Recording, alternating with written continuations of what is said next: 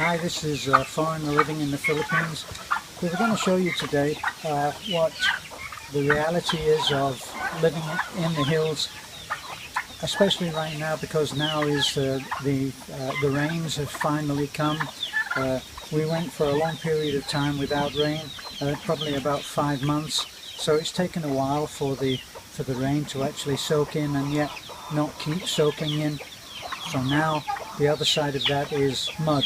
Now, I used to envy all of those guys with their Harley Davidsons in America and wonder how they kept the things clean, but I never ever saw a dirty Harley Davidson. In fact, once I was looking at a particularly pristine looking Harley Davidson, and I said to the guy when he came out and was about to get onto his Harley, I said, "You know, those wheels look as if they're getting a bit tarnished."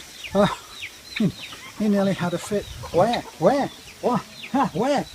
So, it would have been great if I could have made a big effort and got everything perfectly clean.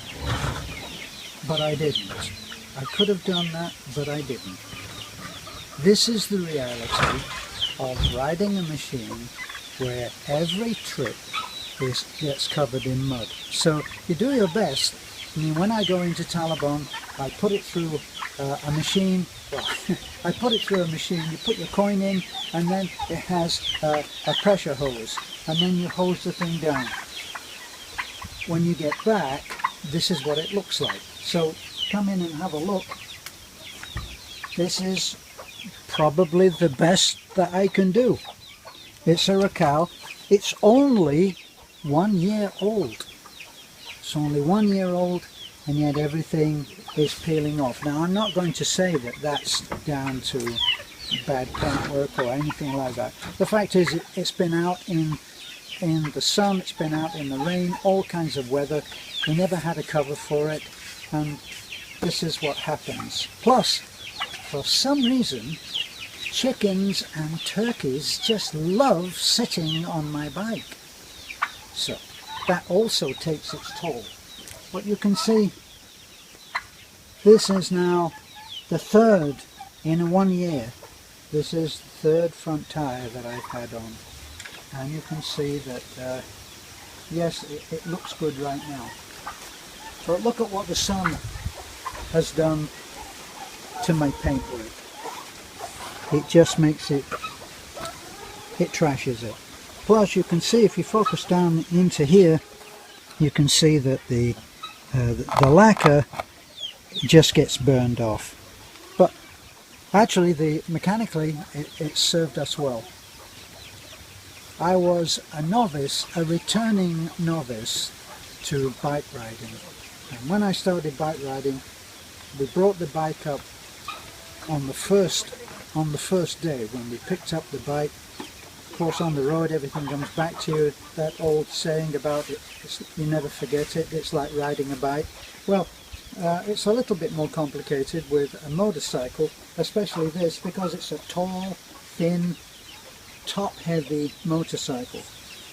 And if I'm sitting on it here,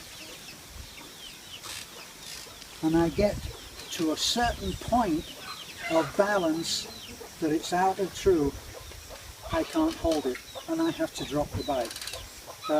That's a mortal sin, speaking as a Roman Catholic, or a failed Roman Catholic. That will be a mortal sin to anyone with a motorcycle in the US or the UK, but it's a fact of life here. And on the first day that we brought it back, I dropped the bike 3 times, and since then I've probably had to drop the bike at various stages on our off-road mudslide down to the city road, which is tarmac and concrete. I probably dropped the bike about 30 times. Now, there's a true confession for you. So that's what the bike has to go through. This little rack I had made up, and I keep my string there. You can see that I'm very conscious of image. This is a piece of plywood which is tied onto it. We used to bring our groceries back on this, and if there were too many, they would have to come back from my brother-in-law, Manarado, who would bring them up in a big box from the road with his carabao and sled. And that actually is part of the carabao and sled, which you can see there. And so that's the bike. That was what we used to have to deal with. And sometimes 3 of us would be on this bike. My brother-in-law, Timio, Pastor Timio, that you may have seen in other videos, or my Facebook page, is the pastor who built his own church, and pretty well him and 2 other people built our bridge. He can take 7 people on his bike, but it's not an off-road bike like this. Much lower sense of gravity or center of gravity, so it can handle it, and he can handle it. Expert rider, which I am not. Now our little truck, it's actually probably a Suzuki truck, but what happens is that these come over, I think, from Japan, and they get redone, and they're called surplus. They're called surplus vehicles because of some kind of regulation in the Philippines. There's a restriction on certain vehicles. So this has all been renewed, not mechanically, but all bodywork and everything is all pretty nice. Now, this is another one where it would have been nice had I taken the time to make things perfect, give you the impression that everything is just pristine. But that's not the reality. This is the reality. This is one trip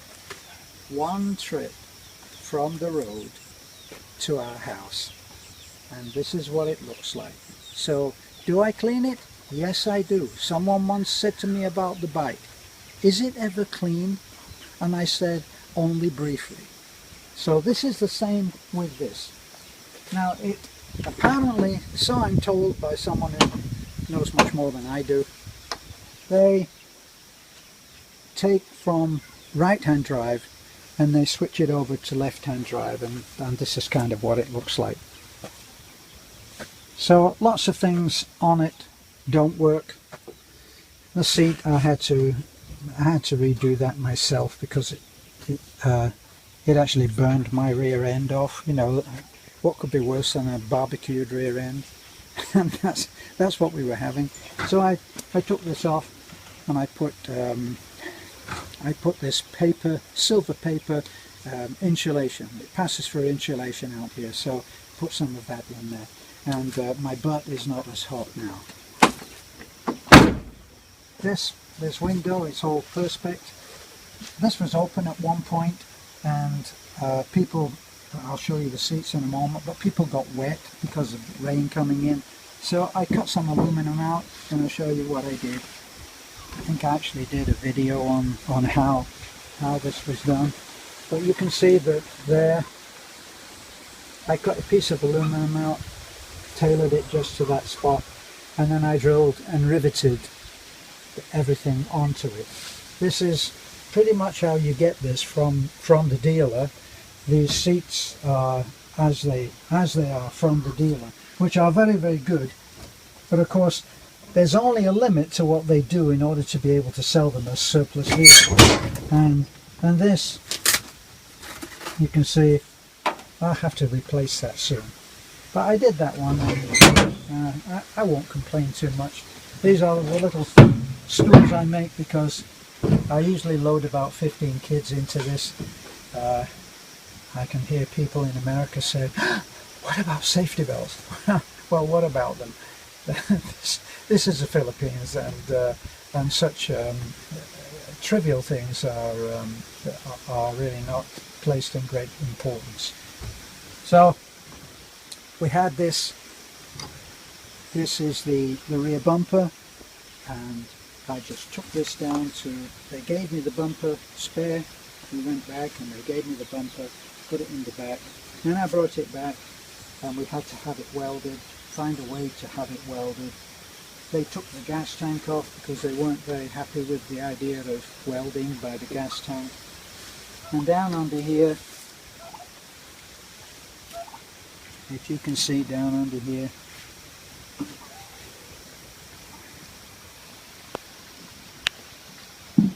they actually did a great job. Instead of just putting this, can you see this? Yeah. Instead of just putting this tube straight onto this this suspension leg, they didn't.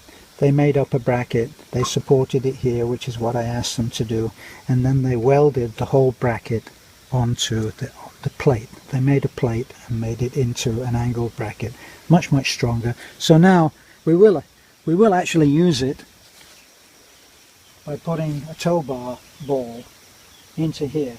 Well, this is only one plate, so I am going to replace, or not replace, add another heavier plate under here, and we'll go through, and this will be used to drag a handmade grader that we're going to have. But I've been looking on YouTube, as you're now looking on YouTube, and there's some great designs of guys that have worked it all out, and I won't work it out again. I'll just look at what they've done and send them a thank you note and say thanks for the design, and I'm using it, hope you don't mind. So this is the make that we're calling it here is Rusco, and this is a Team Rusco 4x4. So it's actually, it has done incredibly well. There are some short videos that we made showing just how well it did. It gets mud everywhere, there's mud in everything underneath. I wash that off regularly so that it doesn't just cake and cause a lot of rust, but rust is a big problem here. Though we're in the hills, we're actually very close to the sea. In no part, when you're around the edges of the island, are you ever far from water. So that's our truck, and that's pretty much the most common vehicle here is the multi-cab. This is called a multi-cab, and it's the most common thing. This is not an in-depth look. It's just to give you an idea of our transportation, and that is pretty well it. So you've been looking at a foreigner living in the Philippines. Sorry we didn't have any white beaches and multi-million-dollar resorts for you to look at, but this is what we call real life. So hope you enjoyed it, hope you learned something. Hope you will look in on my Facebook page, terence.flannery@gmail.com. You can find me there. We have a fundraiser at the moment, which is trying to raise funds for doing some extra projects which will benefit this little hilltop community. We built a road, we put a bridge, and you can see all of those things on video and on my Facebook page too. You can find out all about those, how we did it, how we approached it. On Facebook there's a step-by-step of how the bridge went. That was a huge project for us, all working with hand tools. All of this, everything here is built with just a few tools. I built my house, which you can probably see in the background there. I built my house single-handed with just $100 of tools. I'm going to be having some videos on that too. But you can find some of the information about the house if you're interested, and it will be under the title of Metal Stud, how to find different ways of using metal stud. Thanks for looking in. A foreigner living in the Philippines. See you soon.